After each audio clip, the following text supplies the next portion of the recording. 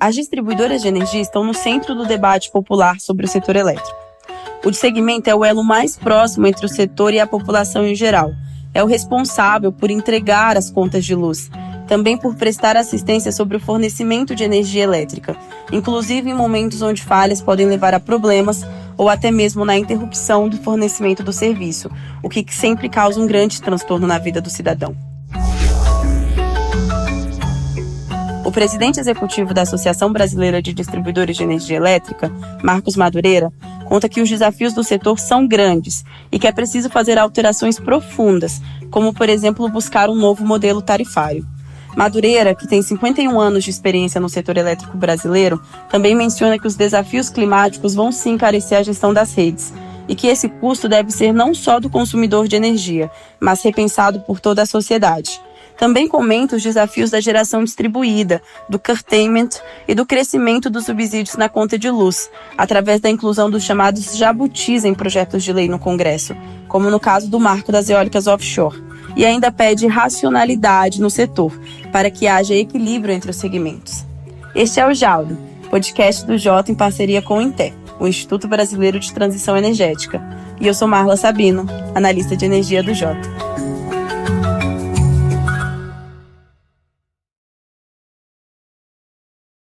Queria passar por alguns temas, né? A gente sabe que a questão da distribuição tem sido um grande foco, as pessoas têm visto mais notícias sobre isso, né? As distribuidoras estão passando por um momento muito importante no setor elétrico, ganhando esse destaque na vida das pessoas. E queria que o senhor começasse essa conversa com a gente falando sobre esse momento atual da distribuição no Brasil, os desafios, se isso está se tornando mais desafiador, esse segmento se tornando mais desafiador do que no passado. A distribuição sempre teve, Marla, um papel fundamental junto ao consumidor, porque ela, na verdade, é o elo de conexão que existe entre todos os demais segmentos, geração, transmissão e o consumidor. É aqui que existe o contato, é aqui que se existe essa imersão do consumidor no setor elétrico, né? E o contrário também, é através da distribuição que esses agentes chegam até o consumidor. No momento, a gente vive um desafio distinto pela até introdução dos recursos energéticos distribuídos, fundamentalmente a geração distribuída, que trouxe também para o consumidor a possibilidade da geração de energia. Então, nós passamos a gerir uma malha de contatos. De um lado, você tinha geração e do outro lado você tinha consumo, agora essas coisas estão misturadas. Você consegue ter na mesma figura, na mesma área, as duas situações ocorrendo. Isso aumenta a complexidade, sem dúvida nenhuma, do trabalho das distribuidoras, mas elas vêm cumprindo isso com muita desenvoltura, eu diria. Nós já temos aí mais de 36 gigawatts, por exemplo, de geração distribuída, instalada ao longo dos 4 milhões de redes que as distribuidoras têm colocadas no país. Agora, recentemente, a ANEEL finalizou o processo, né, ali da elaboração do termo aditivo ao contrato de concessão do serviço de distribuição, para que as 19 distribuidoras que estão com os contratos a vencer nos próximos anos possam renovar suas concessões, né? Essa nova minuta trouxe algumas mudanças, como a questão de alguns tipos de renúncias judiciais, alteração de indexador, mudança para áreas de restrição, mudanças para áreas com restrições severas de operação, né? Entre alguns outros pontos que a gente teve. Teve gente no setor que acha que a minuta ficou muito aberta em alguns pontos, que faltam algumas definições. Queria saber qual a visão das distribuidoras sobre o resultado desse processo lá na ANEEL. Vamos trazer um pouquinho na memória que esse é um processo longo e que não começou aqui agora na ANEEL. Esse processo, em verdade, começa lá no Ministério de Minas e Energia, há pelo menos 2 anos atrás, né, onde se começou a fazer essas discussões. Foram discussões que levaram ao Ministério fazer algumas consultas, abrir consultas públicas para que pudessem ter sido feito proposições de toda a sociedade. Depois o Ministério fecha esse processo e endereça uma minuta de decreto presidencial, que é feito, então, o estabelecimento das diretrizes para a prorrogação dos contratos de concessão. E coube à ANEEL fazer a regulamentação desse processo, onde, então, a ANEEL buscou, através também de consulta pública, ouvir a população para fazer o detalhamento, né? Foram mais de 1.000 e tantas contribuições que a agência recebeu, de mais de 70 agentes, e consolidou tudo isso numa minuta de contrato. É claro que um contrato ele tem que ter uma condição mínima de estabelecer quais são as regras, sem entrar em alguns detalhes que tem que ser feito pela própria regulação. Assim é o contrato atual, inclusive, o que permite que se possa ter evoluções no próprio modelo, né? Se permita que você possa estar avançando dentro de inovações que vão ocorrendo e que são impossíveis de serem previstas no primeiro momento. Daí então que toda essa parte da regulamentação ela vai sendo feita no decorrer do processo. Claro que existem temas que são fundamentais e que precisam estar bem estabelecidos para que até as empresas possam fazer a opção por assinar esse contrato. Pontos como você citou aí, por exemplo, são fundamentais. Essa questão que foi trazida e que foi afastada, que era essa questão de que as empresas teriam que abrir mão de determinadas ações que elas têm na justiça. Isso foi algo que foi afastado, porque não existe como estão falando junto ao Jota, falando de questões jurídicas, não existe um embasamento legal para que pudesse ser exigido isso das empresas. Então isso foi afastado e a própria agência não colocou isso no modelo que foi apresentado.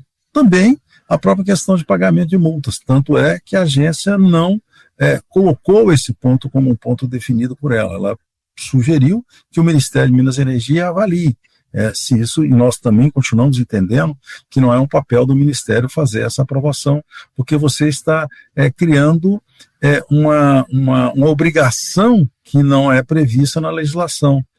Não tem uma lei que estabelece que deveria ser exigido o pagamento dessas multas com uma condição para assinatura. Isso nunca ocorreu e nós entendemos que isso é um ponto que não deva ocorrer. As outras questões são importantes, como a questão do tratamento das áreas de severa restrição operacional.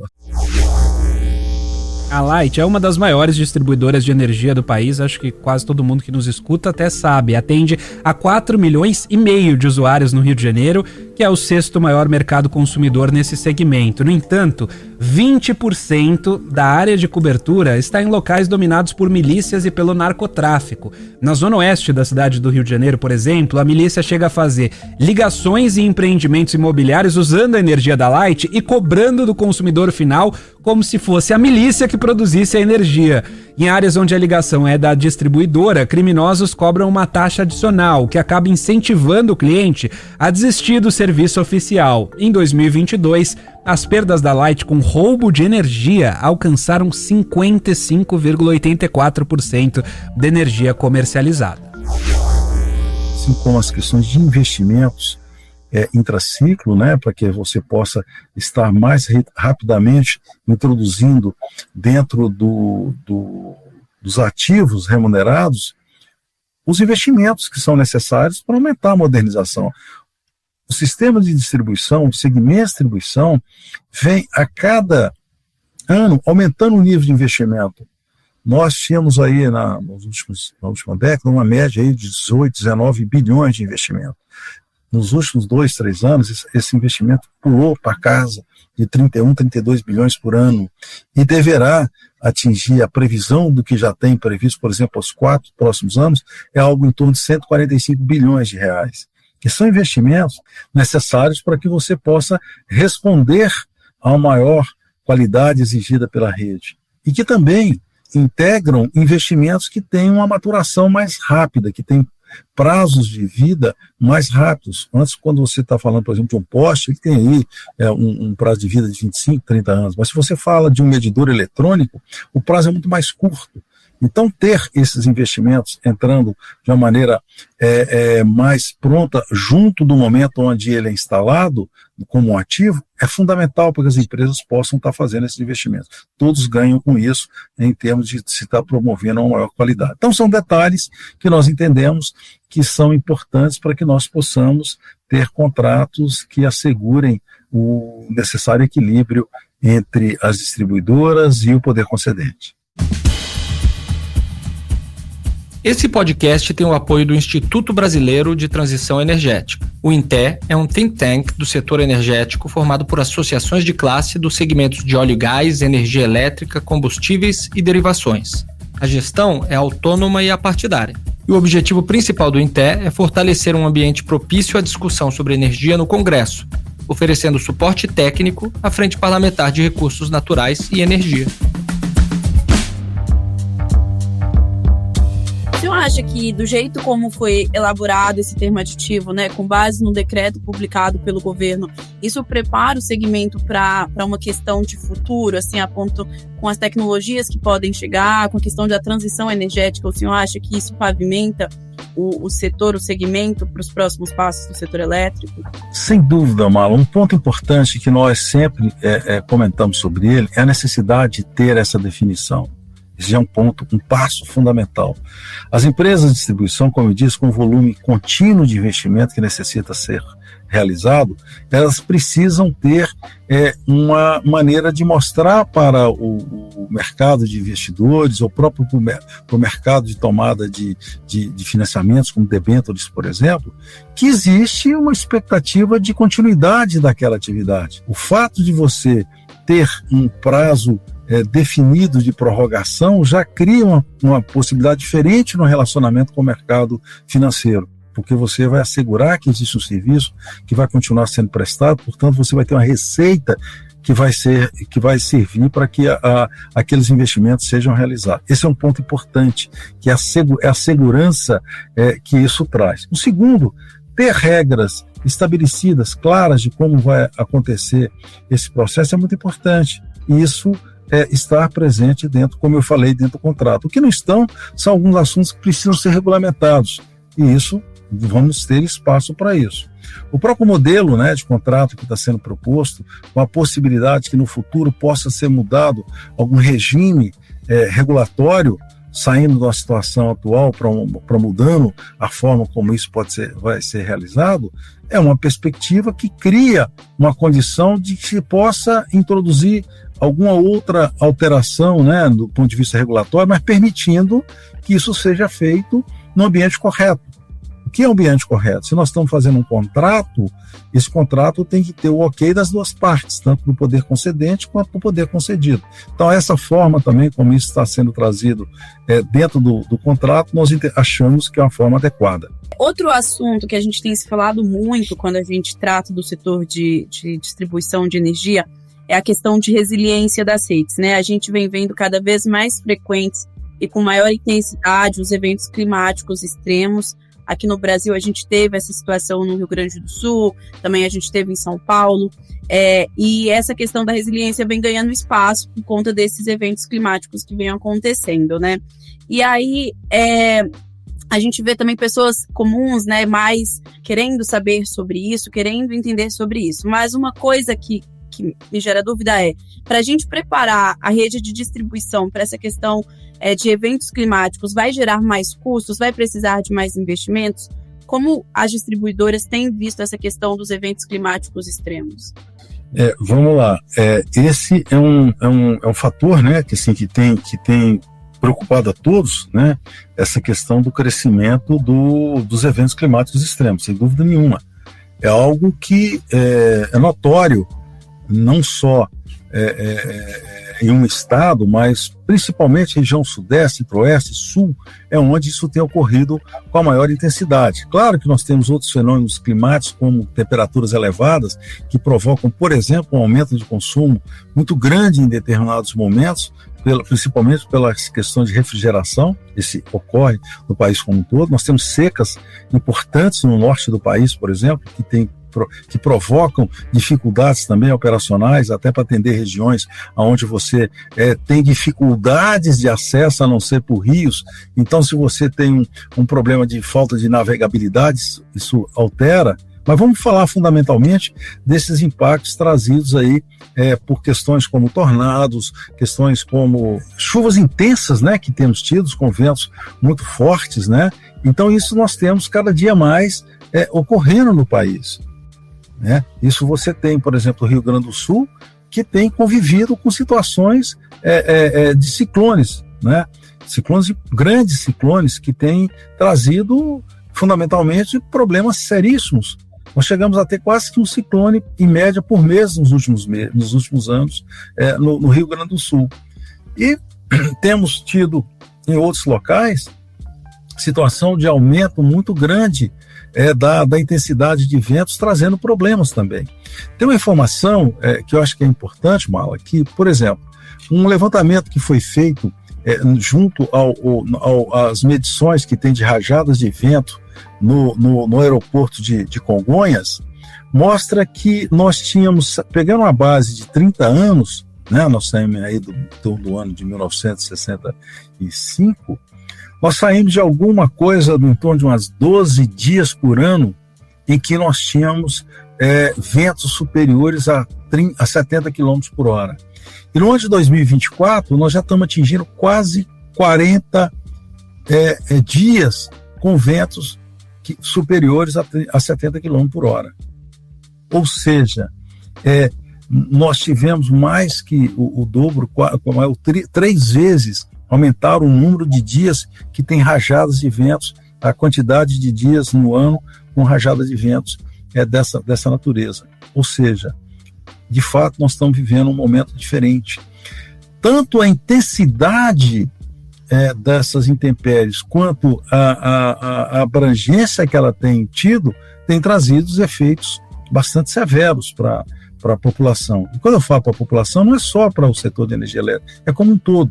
Infelizmente, esse tipo de ocorrência, ele traz estragos que prejudicam toda a infraestrutura urbana, né? Notadamente a de energia elétrica, mas também as demais infraestruturas urbanas. Então, tudo isso faz com que vários segmentos se dediquem sobre esse assunto. Nós fizemos recentemente um evento que foi no Rio Grande do Sul, onde, junto com o governo do estado, num projeto que faz parte de um projeto de pesquisa e desenvolvimento que a ABRAD está desenvolvendo junto com as distribuidoras, fizemos um evento onde participaram diversos segmentos da sociedade. A questão de transporte, a questão de telecomunicações, a questão da própria infraestrutura urbana, defesa civil, etc. Vários agentes participaram, até por entender que isso não é um problema que cabe apenas a uma área, a um setor, para entender o que precisa ser feito para que a gente possa enfrentar esse desafio desses eventos climáticos extremos. Claro que isso tudo começa por nós aumentarmos a nossa capacidade de prevenção. Então, nós precisamos ter melhores informações em tempo real, de que nós vamos ter uma possibilidade de um evento e que tamanho de evento que é esse. Isso precisa ser melhorado. Nos 2 eventos que nós tivemos, por exemplo, em São Paulo, no ano de 23 e no ano de 2024, a expectativa que existia naquele dia é que nós teríamos ventos da ordem de 55 quilômetros. Tivemos ventos de 110, 120 km por hora, ou seja, o dobro do que se previa. A diferença é muito grande de impacto que você tem com um vento desse e outro. Então nós precisamos, sim, como um todo, melhorar a nossa capacidade de detecção, a nossa capacidade de interpretação, porque não é só detectar, precisa de profissionais cada vez mais qualificados nessa área de meteorologia para poder fazer essas análises. Nós precisamos, sim, também melhorar a nossa estrutura urbana. Quando nós falamos de estrutura urbana, é como um todo. Tem a rede elétrica, tem rede de telecomunicações, tem outras instalações que tem, assim como também a infraestrutura arbórea, né? Essa é uma discussão que tem tido bastante e nós precisamos enfrentá-la de uma maneira ordenada, de uma maneira sem debates que não contribuam para o crescimento. Quando a gente olha para a convivência entre a rede elétrica e as árvores, o que a gente tem tido de evolução é que as redes elétricas têm deixado de serem redes nuas, ou seja, um condutor que ele é um condutor nu exigia uma poda muito grande. Hoje, cada vez mais, nós temos utilizado, as empresas têm utilizado redes protegidas e isoladas, que exigem uma poda muito menor, e ela permite, então, que essa rede possa conviver de uma maneira mais harmônica com as árvores. Você apenas faz um espaço para que a rede passe junto às árvores. Isso é muito bom, porque você diminui esse impacto. Porém, numa eventual queda de uma árvore como essa árvore termina levando a rede, assim como leva outras infraestruturas. Nós estamos na Lapa, zona oeste de São Paulo, e olha só, trabalho sem hora para acabar. Segundo informações que foram passadas pela própria Enel, toda a região aqui teve o fornecimento de energia elétrico afetado justamente para que eles possam fazer essa remoção, e essa árvore também caiu em uma estação elétrica. Então, no momento em que a árvore atingiu essa estação, todo o fornecimento aqui já havia sido atingido, e essa situação aconteceu enquanto a área estava na situação de emergência. Então nós precisamos olhar para isso de uma maneira adequada. Qual é a arborização mais adequada? Muitas vezes o que nós temos visto é que as árvores, elas não quebram, elas são arrancadas com raiz e tudo, porque essa árvore não consegue se fixar de uma maneira boa naquele terreno. É um terreno que muitas vezes tem ali uma galeria, tem um concreto que está ali por alguma outra razão, e que essa árvore termina não ficando devidamente enraizada. Então, quando nós temos um vento forte, ela tomba. Quando uma árvore tomba, muitas vezes a rede elétrica está do outro lado da rua, mas ele leva a rede elétrica porque cai uma árvore muito grande sobre essa rede. Então, isso é uma questão que nós precisamos tratar de uma maneira adequada. Claro que as empresas irão necessitar cada vez mais de desenvolver uma maior resiliência da própria rede. O que é uma resiliência da própria rede? Tem várias alternativas. Eu vou começar de uma delas que normalmente é falada e que ela é importante, que é uma rede subterrânea. Claro que uma rede subterrânea, você diminui o contato, por exemplo, que você tem com intempéries, um tipo de intempéries, como ventos, por exemplo. Qual é a questão? Você tem que botar a rede subterrânea, não em todas as situações. A rede subterrânea ela é 10 vezes mais cara, de 8 a 10 vezes mais cara que a rede aérea. Então você tem que colocar a rede subterrânea naquele local onde seja mais adequado. Um projeto de lei na Câmara dos Deputados pretende obrigar as concessionárias de serviços públicos de energia a aterrarem essas redes de distribuição. O texto é de autoria do deputado Marcelo Crivella, do Republicanos do Rio de Janeiro. Esse projeto prevê que as concessionárias elas substituam as redes aéreas pelas subterrâneas nas cidades com mais de 300 mil habitantes. Para o parlamentar, o enterro desses fios é uma solução eficaz e urgente, e isso evitaria, claro, as interrupções que são frequentes causadas pelos eventos climáticos, além de contribuir para uma melhoria estética da cidade. E observando algumas questões. Uma árvore dessa, por exemplo, quando ela sai com a raiz e tudo, se nós tivéssemos ali uma tubulação que tivesse uma rede subterrânea própria, ela seguramente também arrebentaria aquela tubulação que estaria junto a essa região. Então nós precisamos cuidar disso. Um outro ponto, nós tivemos um exemplo no Rio Grande do Sul, no ano passado, que o centro de Porto Alegre tinha uma parte grande que era de rede subterrânea. Ela ficou toda submersa, porque houve uma inundação. Então é um outro tipo de problema. Mas sem dúvida nenhuma que rede subterrânea é uma alternativa. Outras alternativas para essa questão? Claro. Uma delas é você aumentar as possibilidades, através de automação, de você, primeiro, quando você tem um problema, você isolar aquela falha no menor espaço da rede possível. Então, diminuir a área que seria prejudicada se uma falta de energia acontecesse. Você reduz isso ao máximo. Como é que você faz isso? Primeiro, colocando cada vez mais sensores, mais equipamentos na rede. Equipamentos esses que identificam uma falha e que, através de comando para chaves que estão colocadas nessa rede, ele selecione e isole mais rapidamente possível aquele trecho que de fato está com problema. E segundo, você tem que transferir essas cargas que estão em área que não foram afetadas para outros caminhos. Eu chamo assim caminhos que fica mais fácil. Eu tenho vários caminhos, de rede que chegam até um determinado local. Se eu tiver um problema numa dessas redes, eu tenho que transferir o que eu conseguir transferir para as outras o mais pronto possível. Isso já está sendo feito, isso tem melhorado ao que nós chamamos do consumidor que teve um desligamento evitado, porque foi possível fazer essa comutação. O que isso exige?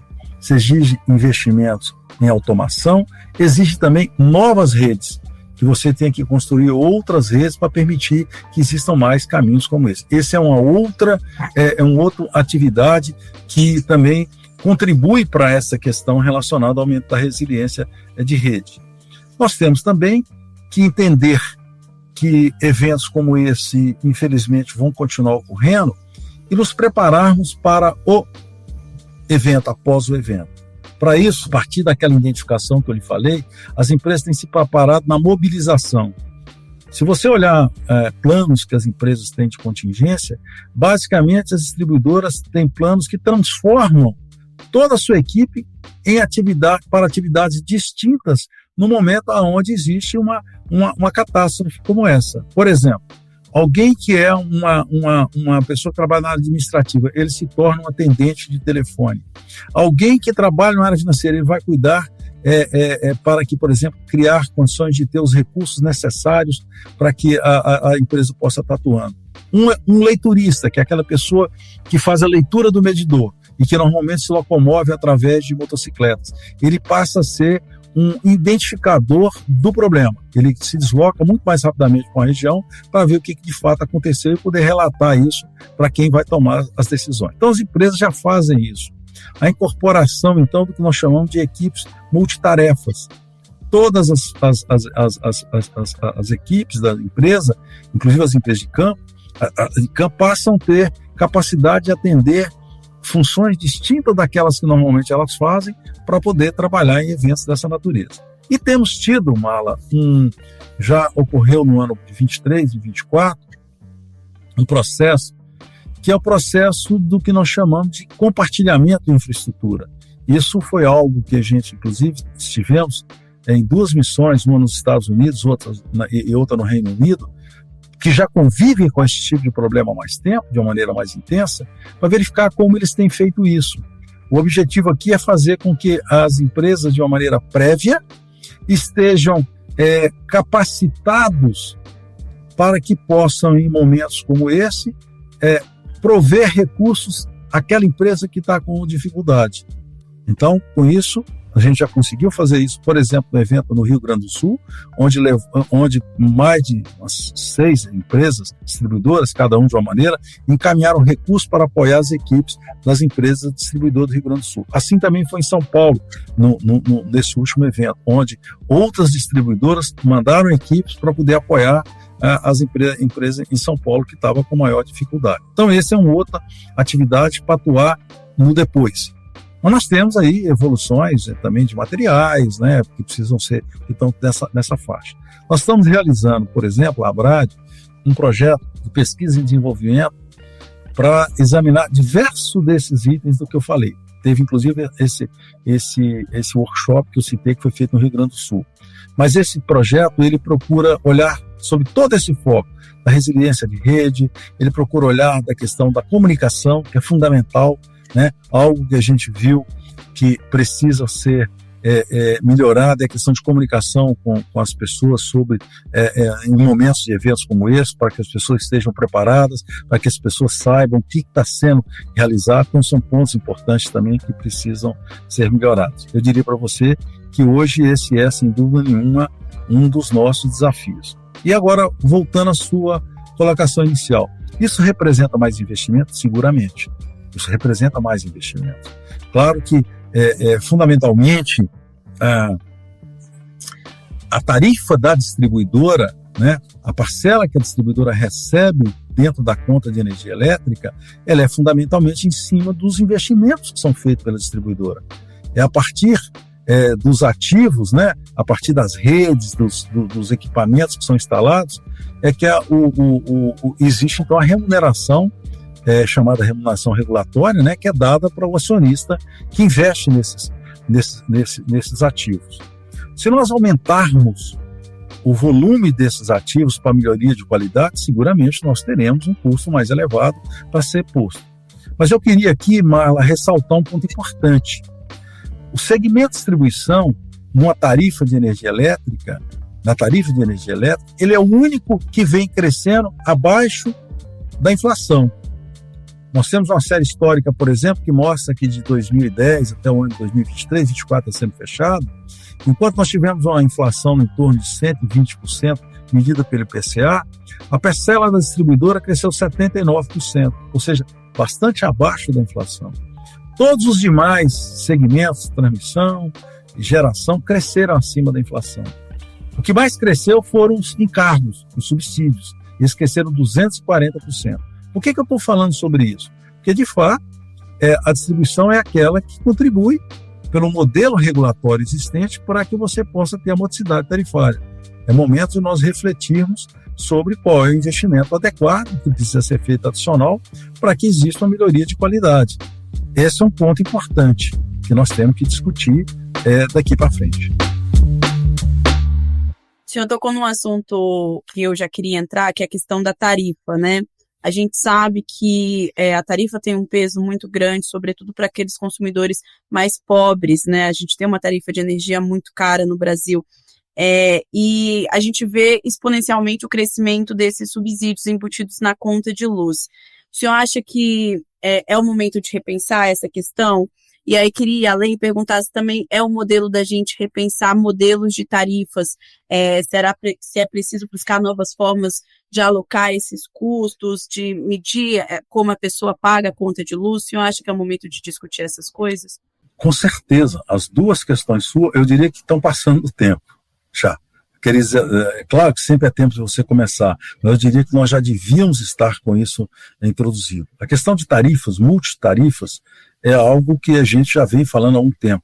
Hoje existe um projeto importante dentro o Instituto Abrad, inclusive, tem participado junto com a própria agência reguladora, que é o chamado Sandbox Tarifário, onde estão sendo testadas tarifas diferenciadas para os consumidores de baixa tensão, por varejo, digamos assim. No Brasil, estão sendo conduzidos 9 projetos pilotos que prometem mudar a forma como pagamos pela energia elétrica. A abertura do mercado para baixa tensão está sendo testada por 4 permissionárias, que são distribuidoras de pequeno porte nos estados de Santa Catarina e Rio Grande do Sul. Para que eles possam ter tarifas mais adequadas, sejam elas tarifas de multiuso, que possam permitir multitarifário, por exemplo, você ter tarifas horárias distintas em função da forma de usar essa energia elétrica, sejam elas tarifas de pré-pago, por exemplo, tarifas fixas, várias modalidades de tarifas estão sendo testadas pelas empresas nesse processo de sandbox tarifário. Nós entendemos que o resultado disso vai ser muito útil para que a gente possa ter tarifas mais próximas daquilo que a população necessita e que o sistema elétrico também necessita. Nós temos que ter algo que case bem o que é a necessidade que a população tem com aquilo que é benéfico para o sistema. Quando a gente conjuga essas duas coisas, nós chegamos na melhor solução, né, para a sociedade. Um segundo ponto é com relação que você me traz da questão do subsídio. Eu acho que já passou da época há muito tempo. Nós temos subsídios na tarifa de energia elétrica que já duram 50 anos. Ou seja, um incentivo que foi dado para um determinado setor e que permaneceu. Esse setor provavelmente já passou, já recuperou, já tem tecnologias que permitem que ele possa estar tendo ganhos muito grandes e aquela subvenção continua pesando na conta dos consumidores. E isso é algo que precisa mudar. Infelizmente, o que nós temos deparado é cada momento com mais propostas de aumentar subsídios. A quantidade de esforço que é realizado pela Abrad, por exemplo, nesse sentido é muito grande. Porque como nós entregamos a conta de energia elétrica, como você disse, e nós falamos lá no início, é o ponto de conexão entre o setor e o consumidor, a conta que ele recebe entregue pela distribuidora, né? Mesmo que essa distribuidora em média fique apenas com 20 e poucos % dessa conta de energia que está presente para o consumidor, ele enxerga a distribuidora. Se eu tenho uma conta alta, aumenta a inadimplência. Se eu tenho uma conta alta, aumenta o roubo de energia elétrica, entre outras questões. Então nós queremos uma conta mais barata, sempre queremos uma conta mais barata. Criada em abril de 2002, a CDE, Conta de Desenvolvimento Energético, é um fundo setorial que financia diversas políticas públicas por meio de subsídios concedidos nas tarifas de energia. A maior parte dos recursos que custeiam esses subsídios vem da própria tarifa de energia cobrada de todos os consumidores, com exceção dos beneficiados com a tarifa social. O restante vem de outras fontes de receitas, como multas aplicadas pela ANEEL e pagamentos pelo uso de bem público, UBP. Entre as diferentes políticas públicas presentes na conta, destacamos os descontos tarifários, a conta de consumo de combustíveis, a tarifa social de energia elétrica, o programa Luz para Todos, entre outras despesas. Os beneficiários são consumidores com tarifa social, da classe rural, produtores que utilizam fontes renováveis, distribuidoras de pequeno porte, cooperativas de eletrificação e produtores de carvão mineral. Agora, tem setores que estão ganhando muito dinheiro e querem continuar ganhando esse dinheiro. Nós temos, por exemplo, me permita citar, um projeto de lei que hoje se transformou numa lei, que trata da implantação de usinas eólicas offshore, que o objetivo do projeto, que foi aprovado, ele é regulamentar a instalação de usinas eólicas no mar. Perfeito, nenhum problema quanto a isso, pelo contrário, é mais uma fonte de energia para o país. O grande problema é que esse projeto, quando saiu do Senado e foi para a Câmara, ganhou uma série de emendas que nós chamamos de jabuti, porque não estava lá, alguém foi lá e pôs, que vão trazer para a população um aumento de 9% na conta de energia. E são desnecessários para o sistema elétrico. Eles não são parte de nenhum planejamento feito pela empresa de pesquisa energética, eles não são parte de nenhuma orientação dada pelo operador nacional do sistema, eles não são parte de nenhuma necessidade do sistema elétrico. Pelo contrário, eles trazem a introdução de algumas fontes de energia que vão piorar algumas situações que nós estamos vivendo. E são para contratar energias mais caras. Todas as fontes são importantes? São.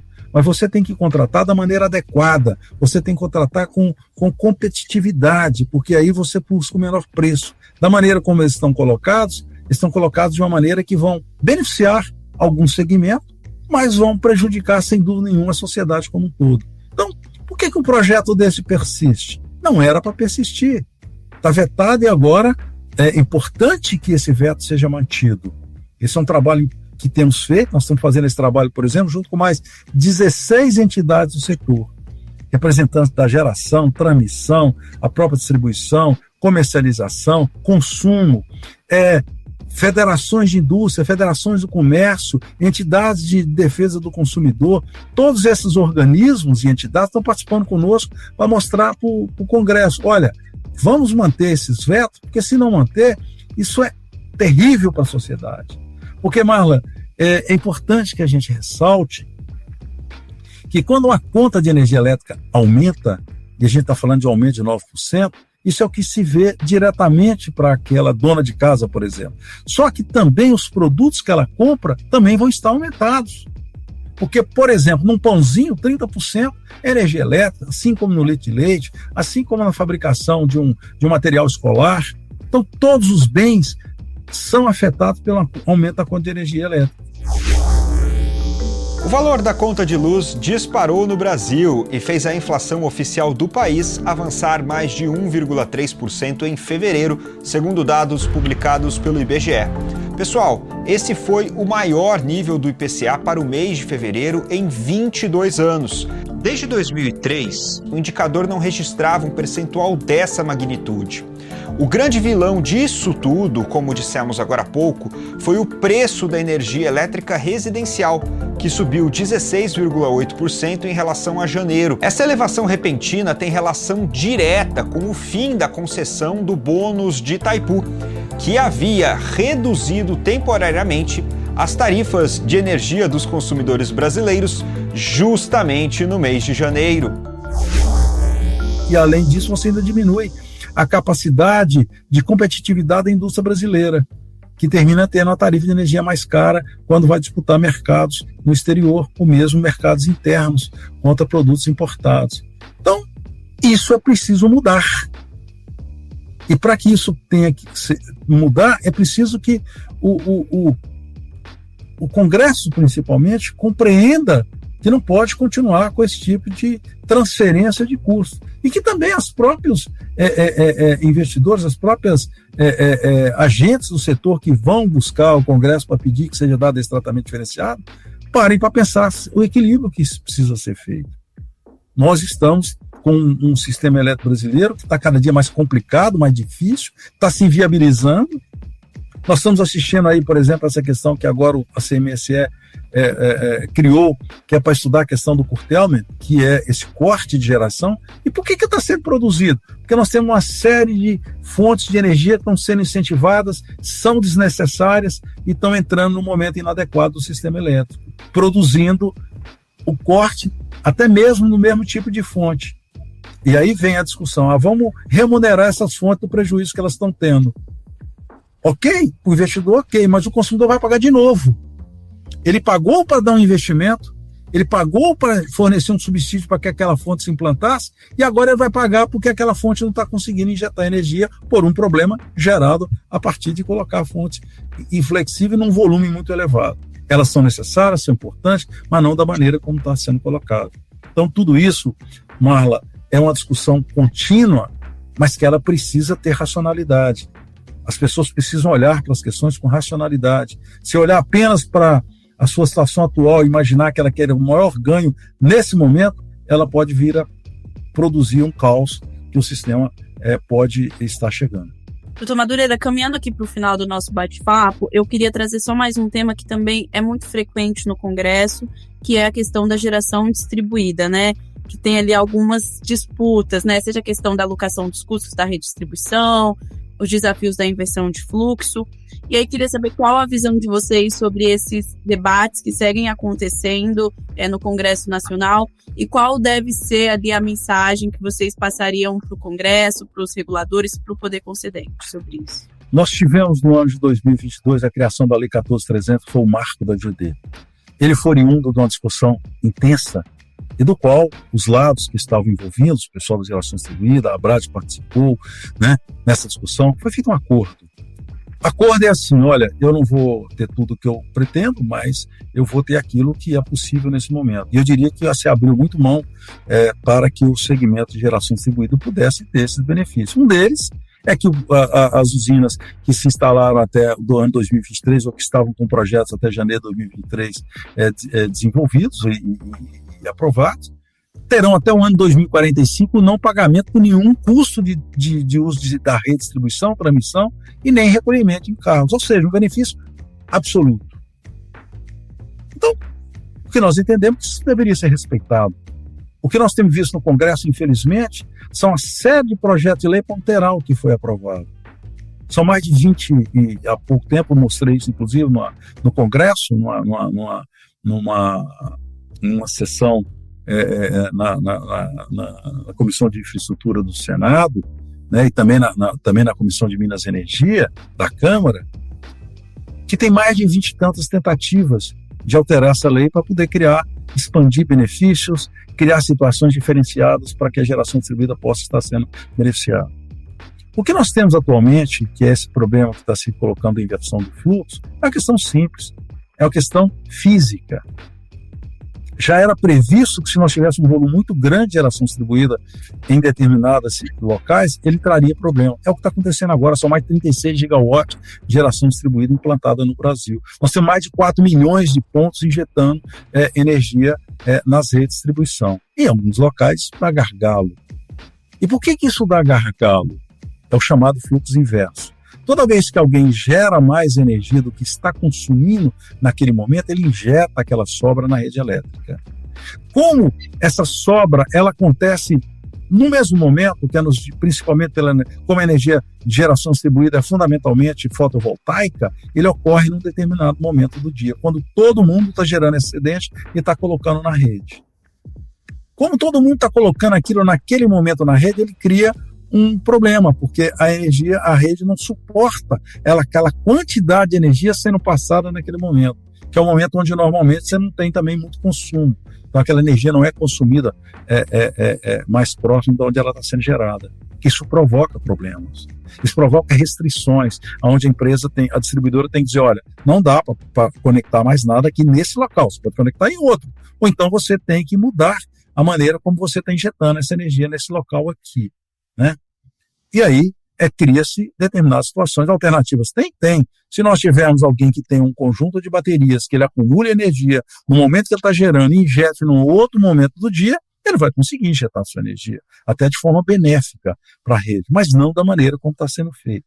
Porque esse problema também Marla, ao fim e a cabo, ele impacta fundamentalmente na questão do curtailment que eu tinha comentado lá atrás, porque é um volume imenso de energia que está sendo injetado no mesmo horário e chega na rede. Como o Operador Nacional do Sistema não tem controle sobre isso, ele não tem nenhum controle sobre o que está sendo feito em geração distribuída, termina cortando unidades de geração centralizada, seja hidráulica, que tem sofrido também por isso, a gente vai ver muito mais falar do corte na geração eólica e solar, mas também hidráulica tem sido jogada água fora, tem sido vertido água em determinados momentos, que não dá para acumular pela situação que tem naquele momento ali, então essa água é vertida sem gerar energia elétrica. Esse é um que sofre, eólicas e solares também estão tendo essas restrições que estão sendo desconectadas da rede. Então, tudo isso são impactos que estão sendo trazidos por esse volume excessivo de subsídio que está sendo dado para a geração distribuída. E o que o pessoal quer? Aumentar mais ainda essa geração. Não importa o impacto que está se tendo, o que o pessoal quer é ter seu retorno. Aí nós entramos numa situação difícil. Falta racionalidade. A ANEEL criou, por exemplo, um mecanismo para permitir que todas as unidades que tenham até 7,5 kW, que pega basicamente as unidades residenciais, né, que queiram instalar um painel solar, ela pode instalar sem nenhum estudo de fluxo de potência, de fluxo sem nenhuma discussão de inversão de fluxo. Desde que ela use energia naquele local dela. Ela pode usar durante todo dia, depois de usar energia, ela pode usar com o crédito dela de 60 meses, só que ela não vai injetar para levar para um outro ponto. Isso pega mais de 80%, 85% dos casos que chegam nas distribuidoras. Então, isso está resolvido, não tem problema. Ele tem problema? Tem, mas ele está sendo dito pela agência. Esse é um problema que não vai ser trazido para o mercado de geração distribuída. O que nós estamos falando é dessa diferença, onde as pessoas não têm mais condição de injetar em determinados momentos. E não é só no sistema de distribuição. O próprio sistema de transmissão já está sofrendo com isso, por causa dessa inversão de fluxo, que chega até onde eu lhe falei, na necessidade de cortar geração. Então é preciso olhar isso com essa visão, e não sair fazendo discursos que são, às vezes, muito bonitos, mas são falsos, que levam a população a raciocinar não da maneira adequada que precisa ser raciocinado. O que nós precisamos é racionalidade, nós precisamos pensar no futuro do país, e não dos ganhos específicos que alguns segmentos estejam tendo nesse momento. Doutor Madureira, é sempre um prazer conversar com o senhor. Fico muito feliz que o senhor tenha aceitado o convite para participar aqui do Jaule com a gente. Muito obrigada, viu? Eu que agradeço, Marla. Eu sei que o assunto às vezes tem ficado mais tenso, mas infelizmente tem sido feito por isso, porque a gente não sente muitas vezes que esteja evoluindo de uma maneira satisfatória para o consumidor. Este foi o Jaule desta semana. O podcast do Jota é uma parceria com o Instituto Brasileiro de Transição Energética, o INTE. A produção é do Estúdio Jota, a nossa área para guiar marcas, apautar o debate público e impactar tomadores de decisão. Neste programa colaboraram João Guilherme Lacerda, Letícia Paiva, Flávia Pierre e André Rossi. Foram usados áudios da Rádio Band News FM, Balanço Geral, ANEEL e Canal Solar. Até a próxima!